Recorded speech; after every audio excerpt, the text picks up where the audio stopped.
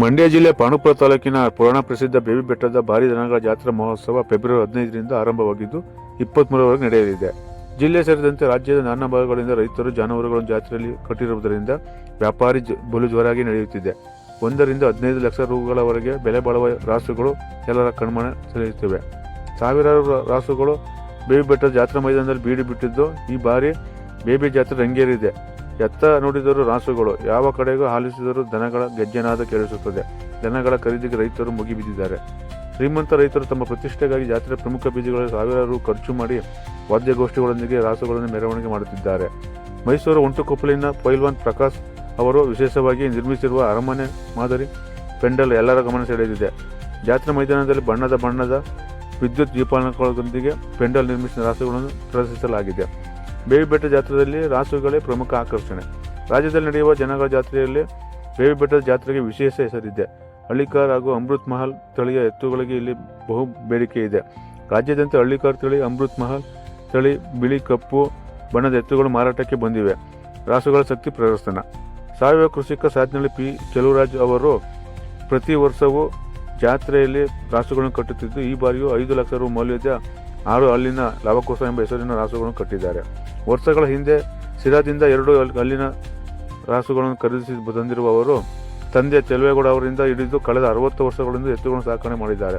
ಅದೇ ರೀತಿ ಚನ್ನಪಟ್ಟಣದ ಶರತ್ ಕುಮಾರ್ ತುಮಕೂರಿನಿಂದ ಖರೀದಿಸಿ ತಂದಿರುವ 15 ಲಕ್ಷ ರು ಬಾಯಿಗುಡಿದ ಜೋಡೆತ್ತುಗಳು, ಆನೇಕಲ್ ತಿಂಡ್ಲು ಗ್ರಾಮ ನಂದೀಪ್ ಗೌಡರ ಬಾಯಿಗುಡಿದ 6 ಲಕ್ಷ ರುಗಳ ಎತ್ತುಗಳು, ಬೇವಂಕೊಪ್ಪಿ ನಡ್ಕರಿಗೌಡರ ಎತ್ತುಗಳು ಸೇರಿದಂತೆ ವಿವಿಧ ರೈತರು ಲಕ್ಷಾಂತರ ರು ಬೆಲೆ ಬಾಳುವ ರಾಸುಗಳನ್ನು ಕಟ್ಟಿದ್ದಾರೆ.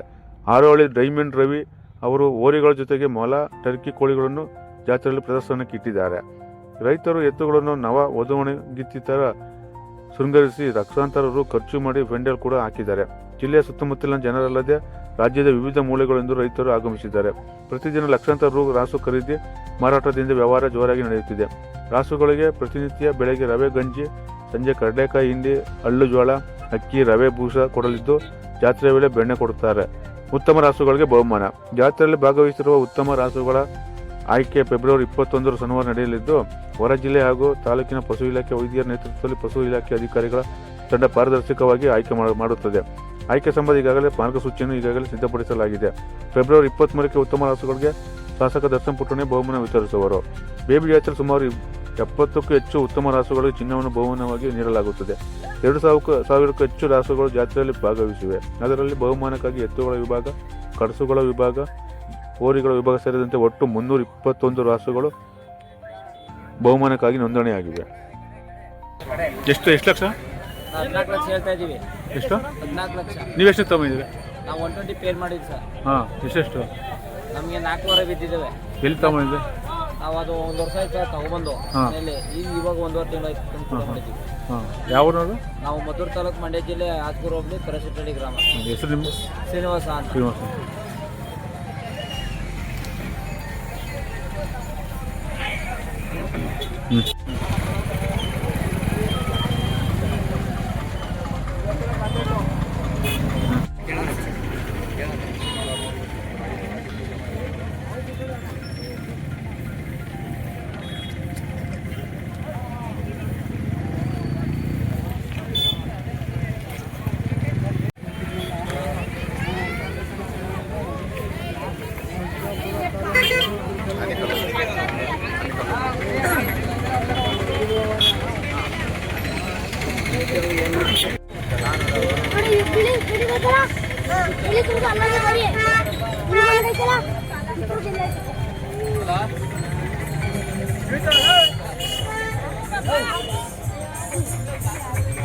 ಸ್ವಲ್ಪ ಈ ಕಡೆ ಬನ್ನಿ ಕೊಡ್ರೆ.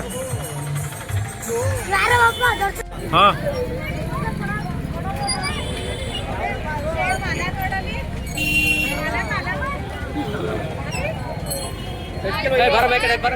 ಹಾಂ,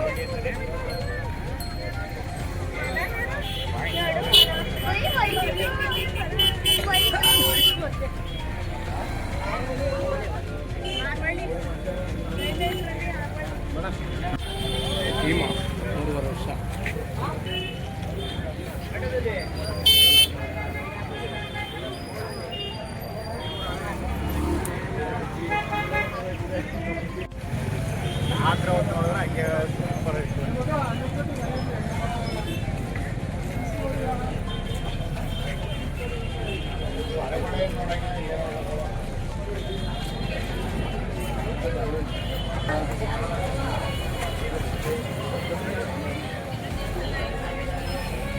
ಪೂರ್ತಿ ಬರಲ್ವಲ್ಲ?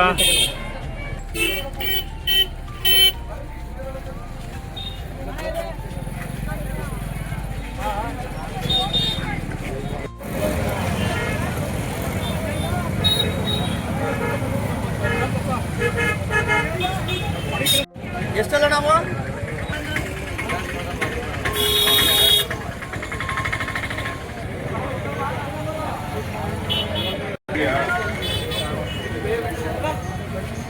ಮಾಸ್ಕೊಂಡಾಗವ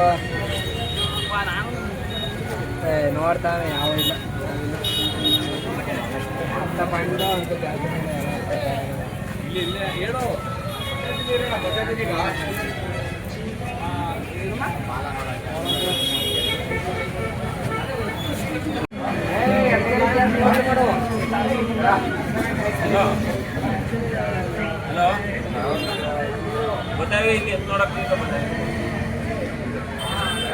ಪೇಪರ್ ಎಲ್ಲಿ ಹೇಳು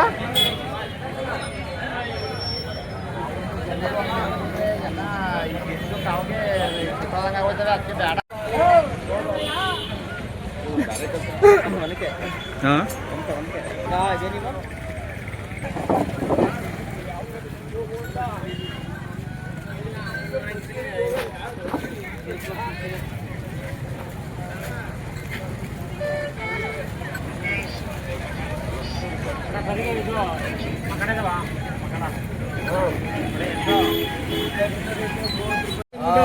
ಸುದ್ದಿ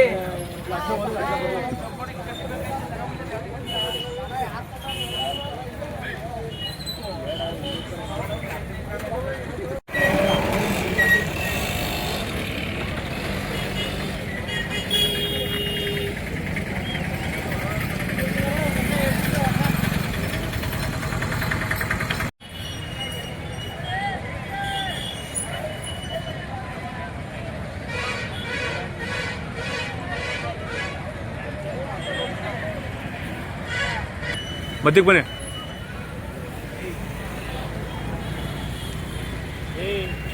ಇಟ್ಕೊಳ್ಳಿ.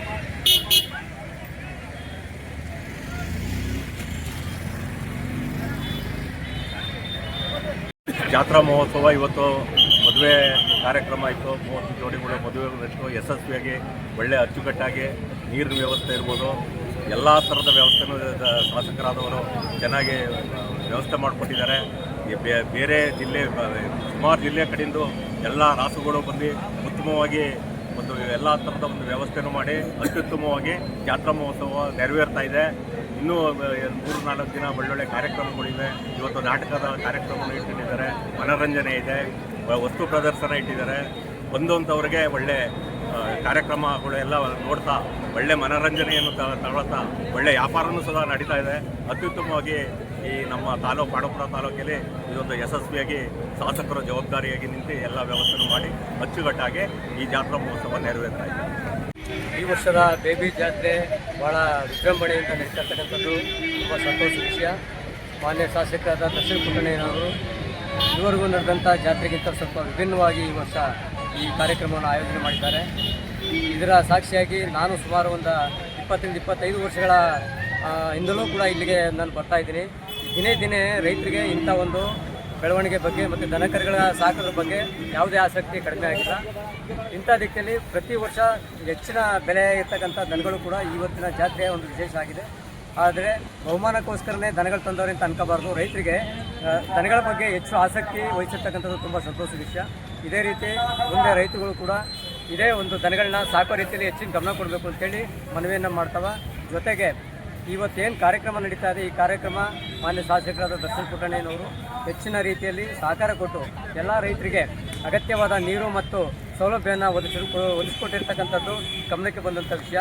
ಹಾಗಾಗಿ ತುಂಬ ಎಲ್ಲರೂ ಕೂಡ ಸಂತೋಷದಿಂದ ಈ ಒಂದು ಕಾರ್ಯಕ್ರಮವನ್ನು ನಡೆಸ್ಕೊಡ್ತಾ ಇದ್ದಾರೆ. ದನಗಳು ಕೂಡ ಹೆಚ್ಚಿನ ರೀತಿಯಲ್ಲಿ ಪ್ರತಿ ವರ್ಷ ಹೆಚ್ಚೆಚ್ಚು ದನಗಳು ಬರ್ತಾ ಇದೆ.